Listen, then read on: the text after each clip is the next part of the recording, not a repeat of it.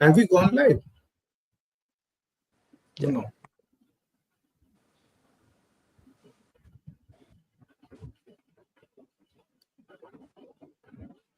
Somo, have we gone live? Yeah, I think it says live. We are already live. Okay, fine. Good evening, everyone. Welcome to the 15th edition of the ICC Biz Live. We have with us a very illustrious person, Dr. Raghavendra Hunaski, CMO, co-founder Zigu, and he has founded. He's a pillar in AI, in digital AI and digital marketing, and has founded other startups also. So, but before I introduce him, let's hear from him. Please, sir, please tell us briefly about your company Zibu, and your contribution in the same. Sure. Thank you so much, Dr. Ghosh. It's a privilege and honor to be here speaking to the audience from the Indian Chamber of Commerce. We're extremely, happy that we have this opportunity. I am co-founder and the chief marketing officer of Zebu. Zebu is world's first on-chain settlement platform for telecom carriers. Just to break it down, what it means is we help telecom carriers between different continents settle their invoices and make cross-border payments. And we are using blockchain technology for doing this. And why we are doing this is because it will help them gain additional margins. Today, if you use traditional channels like banking channels, you will end up losing money in forex, in foreign exchange. You will end up losing money in wire transfer charges, bank fees, and all of that. And there is also delays in the emerging economies. Let's say you send money from an African subcontinent to somewhere in Asia. It may take almost 2 days, 3 days for the wire transfer to complete. But in blockchain, all of this on our platform happens in under 7 minutes. And everything happens in just flat 1% fee. We've been in existence for little over 3 years now. And we have done about $8 billion of transactions on our platform. Traditionally, what would take probably a few decades for banks, we were able to do that in 3 years. And I'm very fortunate to be the co-founder and the CMO because I get to do a lot of things about branding, marketing, bringing in lot of new AI applications and platforms for helping our customers, helping our partners and all the ecosystem players. And I have been enjoying doing this for the last 3 years. Is this a form of safe coin? So this is not a. So this is basically a neobank, a Web3 neobank. It's like what I can say is it's like an on-chain clearing house. It is basically using the power of blockchain for facilitating the cross-border transactions. So we by currency fluctuations on this? No, there is. So it's a value transfer mechanism. So the way it happens is, let's say when you are sending me $1 million from your country to my country, when you lock in the $1 million, when you approve the invoice and lock in the $1 million, I will receive exactly $1 million. Doesn't matter what is the price of the crypto or the token or the market or the forex and all of that. So hence, because it is a pure value transfer mechanism, both the senders and receivers do not face any challenges if it is the currency fluctuation or forex fluctuation and all of that. And that's the innovation we brought, Dr. Ghosh. And because of the encryption, it is very safe, I believe also. 100%. So applying blockchain. Oh, absolutely. Wonderful. Whose idea was this? This was your idea. It was a joint ideation between our co-founders and me, and on how do we kind of build a robust platform and solve this problem, because telecom as an industry has a very thin and diminishing margins, and on top of that, if they have to pay the forex charges and currency fluctuation, it would almost be negligible. And hence the challenge was, how do we kind of solve this? And our anchor investor and partner was Bankai Ventures, which is like world's second largest telecom players, and they gave us this opportunity to understand the problem and solve it, and that's how we were able to go after this problem and tackle it. So my next question would be explain AI and blockchain in very lucid terms. Blockchain, what we know as a digital ledger, or I mean, how would you, to a layman, Sure, not to someone. absolutely.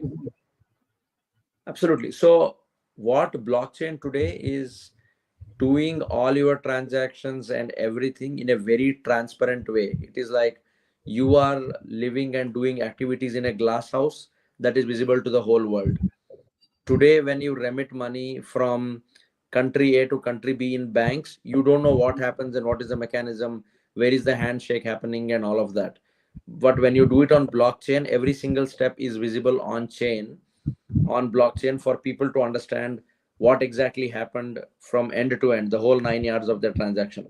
And that's what blockchain is. Blockchain is, like I said, living in a glass house where the whole world is able to see what is happening. And because it is so transparent, because it is so visible, and every commoner or a common person can see, the power of blockchain is exponential and significant. And yeah, Dr. Ghosh, I think AI is a very interesting topic, and I think we are here to have that conversation. When I run cohorts, and when I talk to a lot of founders and entrepreneurs about AI, in a very layman term, if I have to explain to a 8-year-old kid, AI is helping machines think like human beings. Like, if I have to take up an idea and start thinking and use all my historical knowledge, my experiences, and come up with a plan, I am able to do it because I have memory. I have past experiences. I know how certain patterns work and how certain things work. AI is all about making machines think like us and outsmart us. And that's what AI today is. Does AI, recently I was reading about agenting AI. Does AI is about taking decisions also, but also generating matter, Absolutely. or So it's a combination of both, taking the, or is, correct. Correct. Absolutely. You're right. So AI is both. One is all about the automation and the generative piece. It is also how is our AI models becoming smarter and smarter? It's two things, right? One is you train the AI models. How will it act on a particular scenario? How will it act at a particular given decision making or use case building scenario? B, AI, like again, the core component of AI is large language modeling, which is LLMs. Basically, LLMs are the ones that are kind of training them in making effective decision making, right? And today we are fortunate in a decision where it is self training, self creating, and self healing models, which means once you train certain patterns, it becomes extremely smart in making sure that it takes decisions when the recurrence of certain events happen in the future. And hence, if you see, there is a huge debate about, will AI replace humans, will AI become smarter than humans, and all of that, because they are able to make smart decisions at a much quicker and a faster scale. yeah, yeah, but and two questions, sir. One is, does AI, how far is AI dependent on data, or big data? And next question is, does AI enhance human creativity in marketing and branding, or marks the end of it? Or the answer is somewhere in the middle? Beautiful. Yeah. So the answer to the first question is, yeah, big data is like the heart and the nervous system, right? It is very important for our AI models, be it like agentic AI, generative, I mean, whatever form of AI you're taking, it thrives on data. So the more data we feed, the better the AI becomes, or better the algorithm and the engine becomes. And hence, I mean, if you look at the whole pattern, right? I mean, there is a lot of compute needed. B, there is a lot of data needed, and the combination of great compute and massive amount of data is equal to a phenomenal AI. That's what I can say about data and AI. Now, is AI replacing or enhancing creativity, or is this end of it? I mean, like you rightly said, it is actually coming midway, right? AI is helping marketeers become smarter, because AI takes humongous amount of customer data. It takes a lot of, it does a lot of sentiment analysis. It tells your brand, hey, this is what your customers are looking at, and this is what would be an optimal solution, and this is what you should do. Will it completely replace humans? No. We are like, we are at least few decades away from even thinking on those lines, because we still need our human intervention in training the models and making them smarter. Wonderful. Understood very lucidly.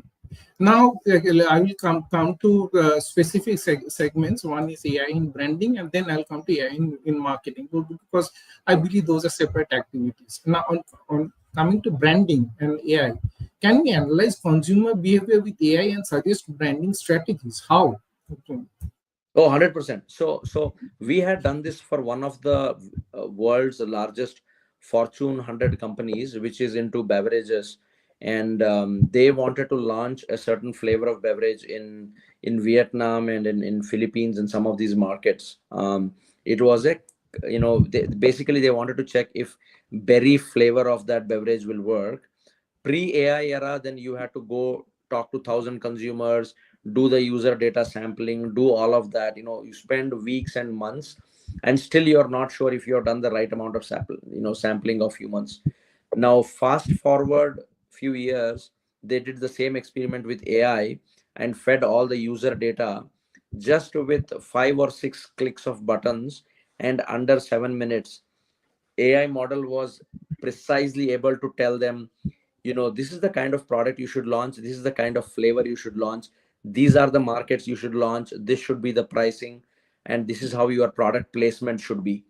It should be on the fourth aisle on the left side corner of the refrigerator, because that's where people will go to pick up their colas. That's how precise AI is. So today, if you have to do any kind of brand launch, product launch strategies, AI can significantly help you leapfrog on building those strategies and bringing the right constructs in. Great answer, sir. Great answer. Now, another question this plagues me from day one. Output from Chat GPT or DeepSeek AI, they seem to be generic, but a brand is specific. How do we reconcile these basic contradictions? Beautiful, beautiful question. I think this is Dr. Ghosh, a question that I think I have encountered many times from a lot of leading CMOs, and I think the answer is very simple. I mean, obviously, all these generative AI platforms that we have, be it DeepSeek, be it Chat GPT or any other Copilot, what happens is they will only give you a generic framework of narrative that should go out. Let's say I'm doing a product launch and I go to Chat GPT and say, hey, I am launching money markets in London for digital assets, and I want to know what kind of narrative should go out, what should be my brand communication, all of that. It will give you a very generic framework. It will tell you this is how your narrative should be.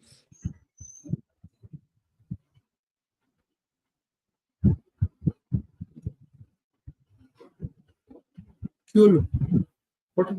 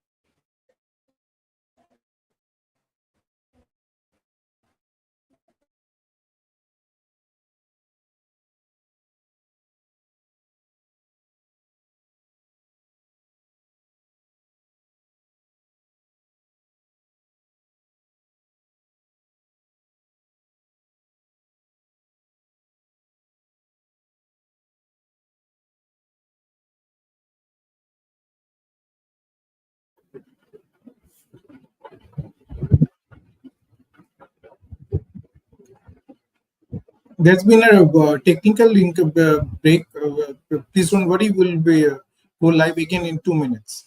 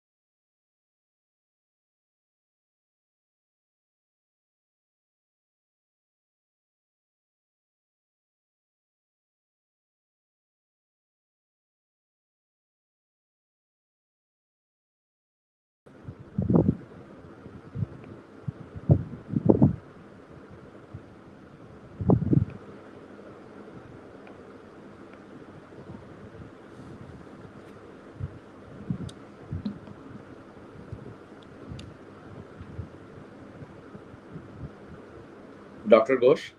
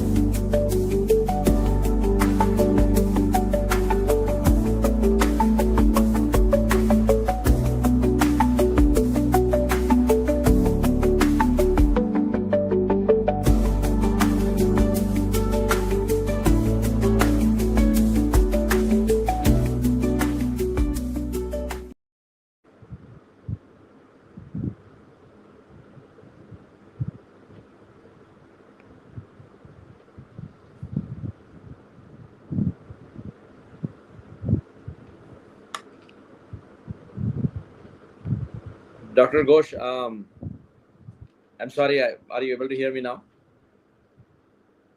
I think the we are building best AI agents. We are sending people to Mars, but I think there are few technical glitches that will continue to remain.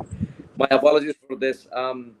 But yeah, coming back to the point where we left, I think um, the usage of generative AI for a branding and brand narrative is good to get the initial basic framework.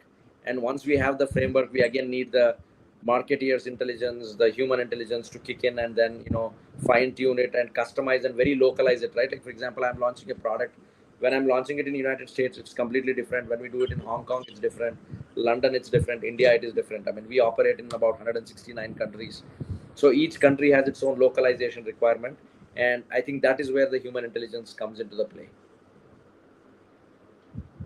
Great. But how do you use AI to enhance branding ideas? I mean, can you explain with the help of an example? Beautiful, yeah, absolutely. So what happens is, doctor, when we very recently hosted a brandathon where it was like hackathon where people come up with branding ideas, and we've been doing this for quite some time now, from an organization called CMO Asia, where they bring in a lot of CMOs into a room to huddle and do branding ideas. Pre AI era, we used to probably each person would come up with like 4 or 5 bright ideas, then kind of keep narrowing it and then come down to one brand idea and then do a brand launch and brand strategy and all of that. Today, once you give the input to the AI, the engine and the platform and algorithm, and tell, hey, these are my brand constructs, these are the parameters that are must have and non negotiable, and these are the other things. Can you build the brand strategy for me? Be it the go to market strategy, the GTM, the pricing strategy, all of that. Once you give the parameters, it can throw you like hundreds of combinations and outcomes, and then you take probably the top 10 of them and then further fine tune it. You can do it at scale. What has happened today, the change is, with the AI, with AI coming in significantly, getting integrated in branding and marketing, you are able to do 100x more than what you used to do in the past. When I said we operate in more than 160 plus countries. Before AI, we had to do a lot of customization for localization for each market at a very grassroots level. Today, when I tell my algorithm, I say these are the 5 parameters, and I want you to give me the outcomes. In one day, I can do it for more than 100 countries with a lot of sophistication, and that's what AI is doing in branding today.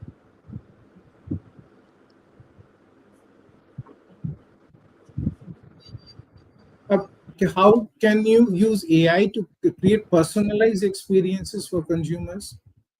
So that's a tricky thing, and I think we are yet to get there. We haven't evolved, and there are no, at least not that I know of, engines where you can personalize AI engines on the fly. But what you can do is you can personalize it to certain segments, like certain markets, certain genders, certain socioeconomic status, and things like that. Once you train it, then it can probably give you more tailor-made approach for that.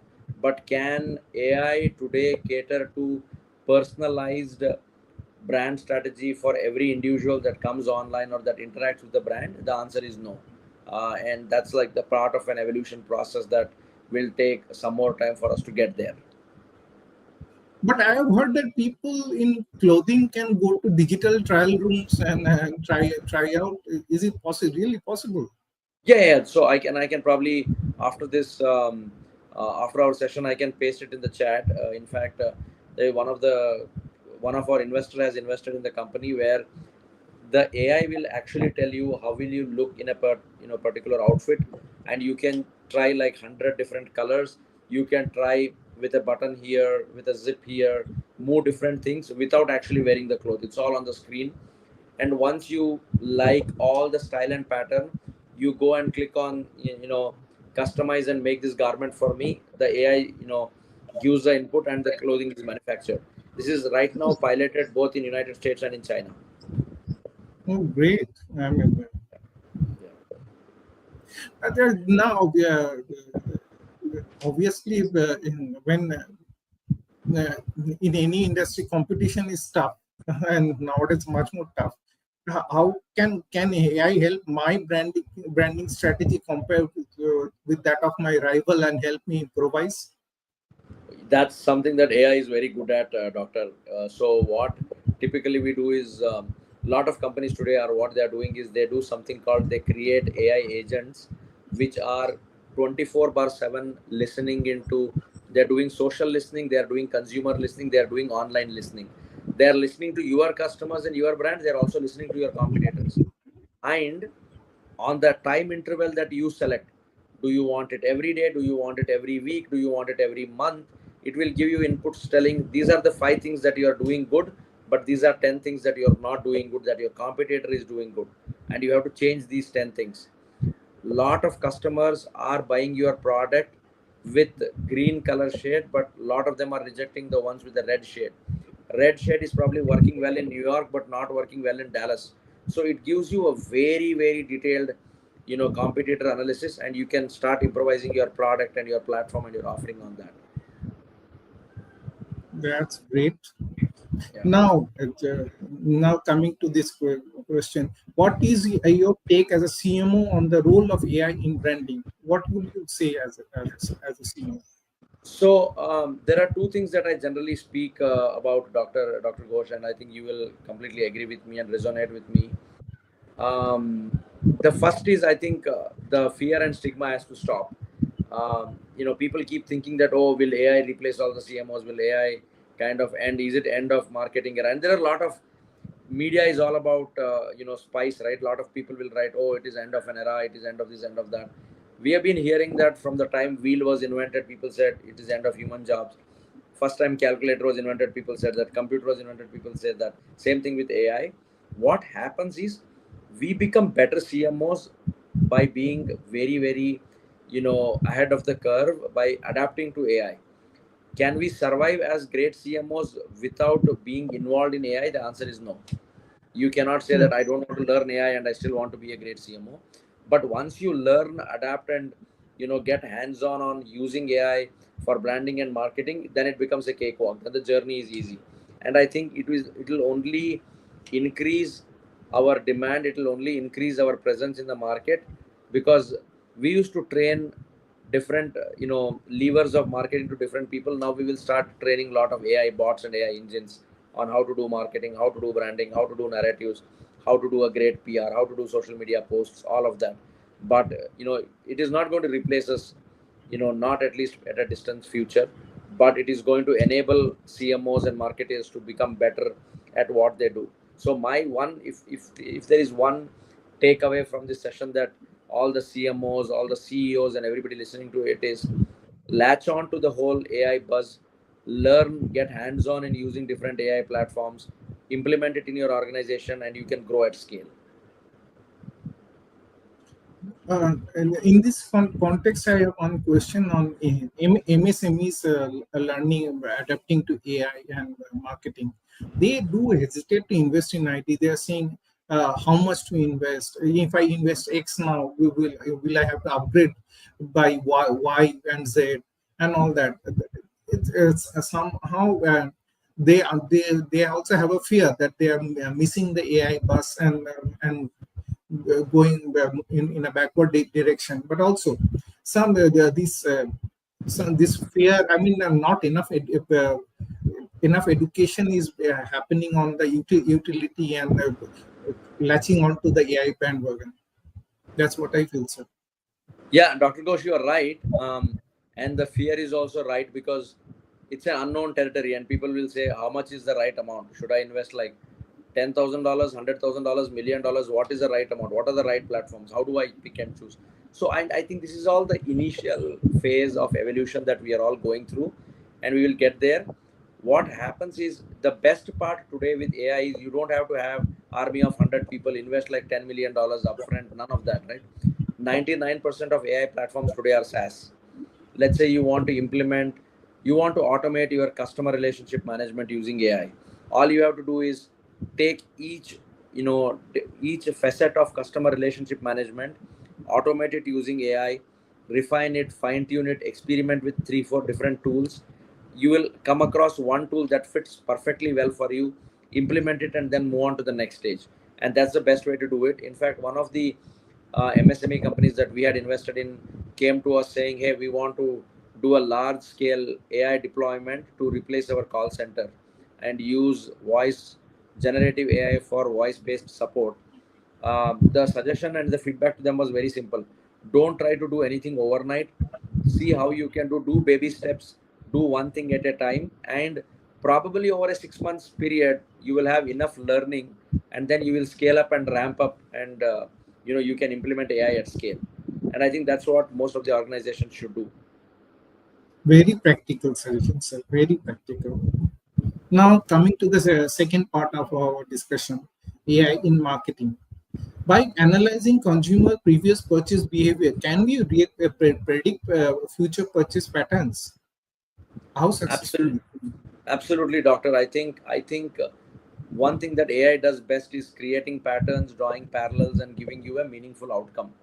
For example, we had invested in a shoe manufacturer in India, who it's a D2C brand. They basically manufacture shoes and they sell it online through Mintra and all of that. And they have AI agents all over the website that is listening into consumer behavior, that is actively watching, and that is also giving you live recommendations based on including the eyeball movement and what part of screen is the person spending most time. It will give you intelligent recommendations based on the searching patterns, based on how much time they are spending on social media. Let's say I'm searching for a good running shoe, I'm watching a Nike ad, I'm looking at Adidas. The AI will intelligently tell you, boss, this guy, he can buy running shoes instead of a trekking shoes. So show him running shoes. Green or black or maroon or blue is his favorite color. This is potentially what he wants to buy. He's having family of 4 members, give him a 1+1 offer. All these intelligent recommendations are now happening on real time, and that will help lot of consumers, lot of these brands, to make real time recommendations, real time push and nudge notifications to close their customers live when they are online. Great, sir. Great. I mean, do send us your article. I mean, this education part from you has to continue. Absolutely, it's Now, a my privilege, next Dr. question: the CMOs like you apply plenty of data analytics in marketing. Can you elaborate a bit on data analytics? Sure. So, any marketing. So, my third book is called Data Driven Marketing. I had written a book on this, Dr. Ghosh, and I am a huge advocate that marketing should always be data driven and intelligent marketing. Let's say if you are spending, like for example, one of the customers that I used to work with in my first startup was a large automobile brand, and they used to spend about $5 million every quarter on online advertising, and the returns were not as good as they were expecting it.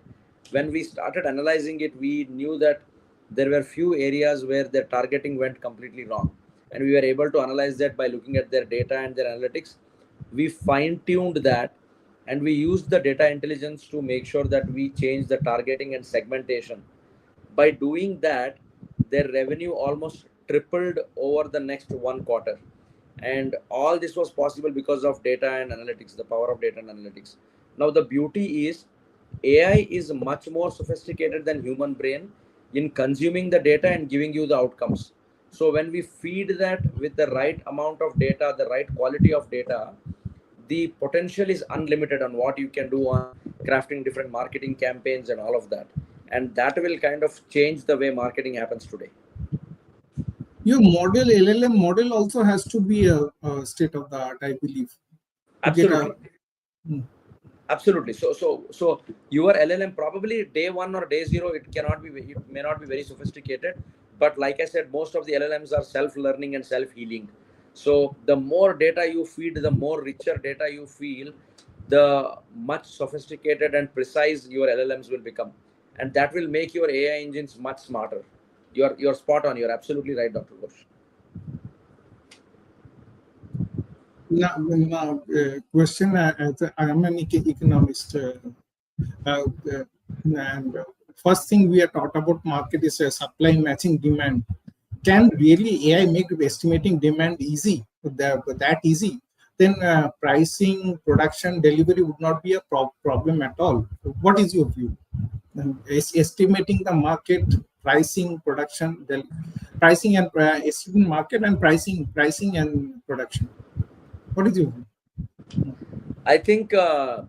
Sure, Ghosh, this is that's just now you gave an example of tripling the revenue of one of your clients. Then that means it is not that a problem for you. People hire you. no. So I think, Dr. Ghosh, looking at the kind of quality of questions you are asking, I feel while you are a great economist, I think you are also a great CMO and a marketeer and a data-driven person who is kind of, and I think you are able to do it because naturally data comes so natural to you. It's a beautiful question, right?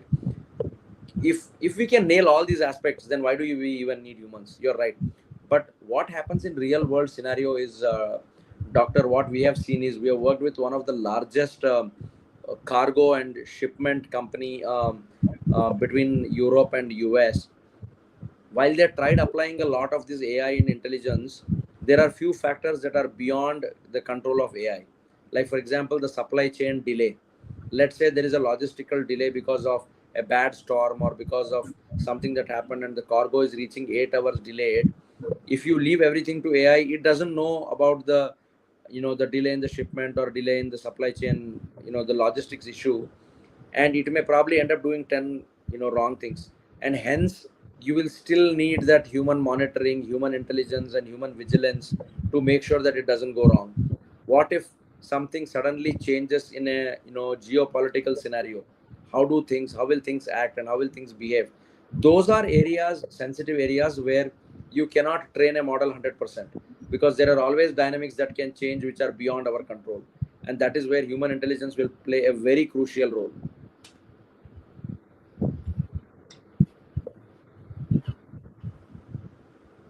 And very very good answer, sir. Now coming back to the individual consumer, can AI tell which consumer needs to be pushed a bit more to buy, and how? By looking at the scrolling patterns, can you tell which consumer can be pushed a bit more, and then the purchase will happen? 100%, 100%. Beautiful question, Dr. Ghosh. So one of the biggest challenges that e-commerce industry had faced for decades is abandoned carts.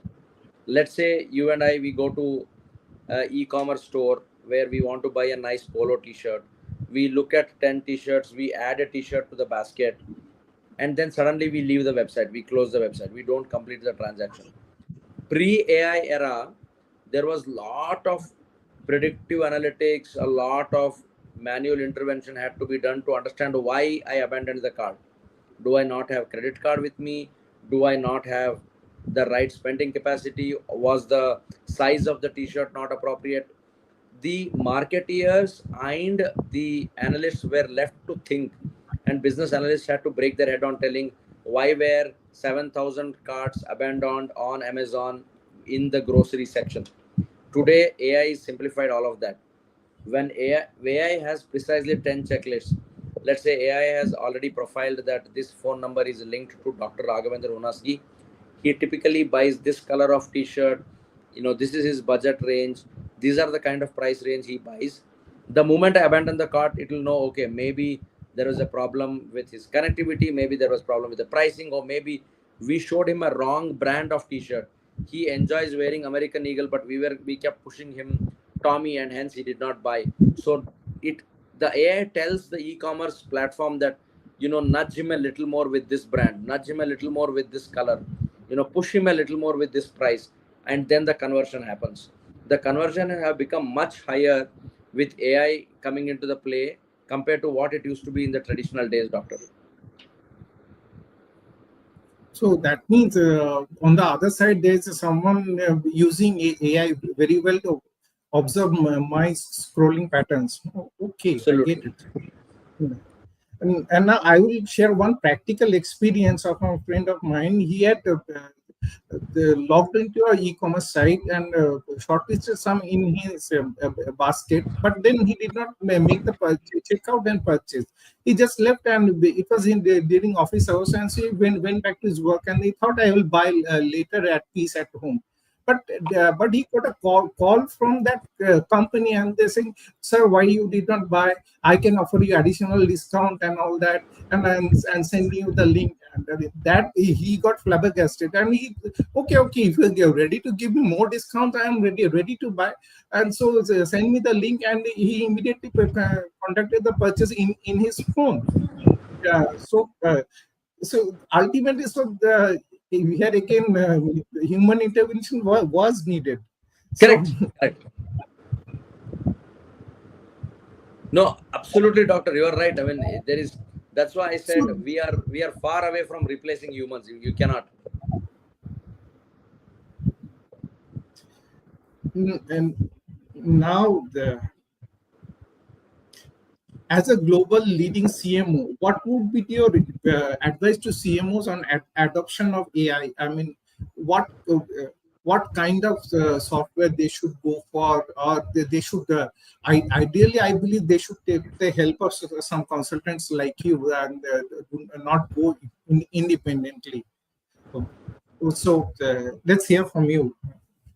What is Absolutely, your Dr. view? Ghosh. I think, like you also rightly said, AI is inevitable. There is no way that we will say we will work without AI.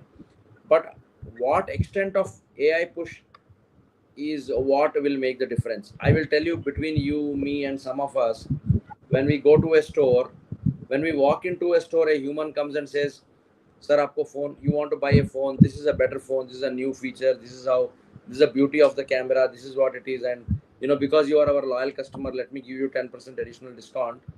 We will engage in that conversation, that human to human interface, and you will like that he's very very personalizing it and helping it, and he is kind of hand holding you to make the purchase happen. There is 99% probably that you will buy. But the moment you and I are going to make my trip, or any of these travel portals or any of these e-commerce portals, suddenly there is a bot that pops up and says, "Hi, my name is Anna and I'm happy to help you. Give me your phone number, email ID, name." We get annoyed because we know that's a bot and it's not a human chatting. 90% of the times we Yeah. don't even want to give that information to them. So the the smartness of a marketeer is in knowing which areas do you accelerate your AI efforts, which areas do you not accelerate and de-accelerate your AI efforts, and how do you create a beautiful fusion in your organization to increase your sales and also reduce your churn. Make sure that your customers stick with you long term. And that's something that comes with like wealth of experience, wealth of using a lot of AI platforms and AI tools and all of that. And once again, thanks for the opportunity, Dr. Ghosh. What I will also do is, the follow-up article that we publish, I will also give a list of probably 20-25 top tools that people should use for particular activity. How do you automate your social media? How do you increase your ad conversion? How do you choose the right keywords? How do you use the right sentiment analysis? All of that, each one of them have like very independent AI platforms, and we can give some recommendations on where do people get started. Now, one question: you rightly mentioned bots do annoy people. I get definitely annoyed while scrolling. But how do bots help in purchase? I mean, bots are applied many places. Do they capture human consumers' scrolling patterns? 100%. Most of the e-commerce websites today are doing it, Dr. Ghosh. They capture your scrolling patterns, and if on the same device you are using Instagram, Facebook, and all of these social media, brands also have direct tie-ups with social media companies. Basically, if you are looking at luxury cars on your Instagram scroll for last 10 days, Porsche or Ferrari is paying Instagram $10,000 per consumer to tell them who is watching maximum Ferrari and Porsche ad. It will also check what are his last 10 Okay. transactions. Matlab, is he able to also make a purchase happen? If you have seen a lot of cars and if you have enough money to buy, then that car will start targeting you. It will show you the ads. It will show you ads on your Gmail, on your Google, on your YouTube, everywhere. Wherever you go, the ad follows. And they are able to then convert it. Great, sir. Now I think we would open the floor for questions for the audience. And already one question is there from Kexim Trades. Can you read, sir? Yes. Will your platform be available for generic use later? I mean, for people. Absolutely. Right now, I am assuming that your question is about Zebu and our platform, the payment service provider platform. Right now, it is tailored for B2B, business to business. But very soon, we are also launching money markets and B2C products, and it will be available for end consumers globally to use it.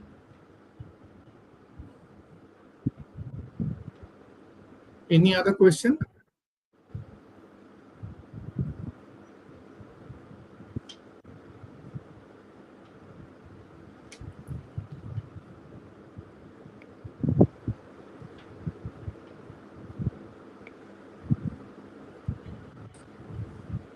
Oh, well, we have no other questions as of now. So we will end the conversation. If we get anyhow, we are having a follow-up article from you. And if we get more questions, we will direct them to you. I have your mail ID, sir. Thank you very much for joining. It was very illustrative and educative. I enjoyed it because I have personally I have studied the subject and at least the application part of it. I'm not a technician like you, but I'm studying the application part of it. Thank you. Absolutely. Thank you so much, Dr. Ghosh and Indian Chamber of Commerce. Thanks for hosting me. And it was truly a pleasure talking to everybody and all the audience today. Thank you so much.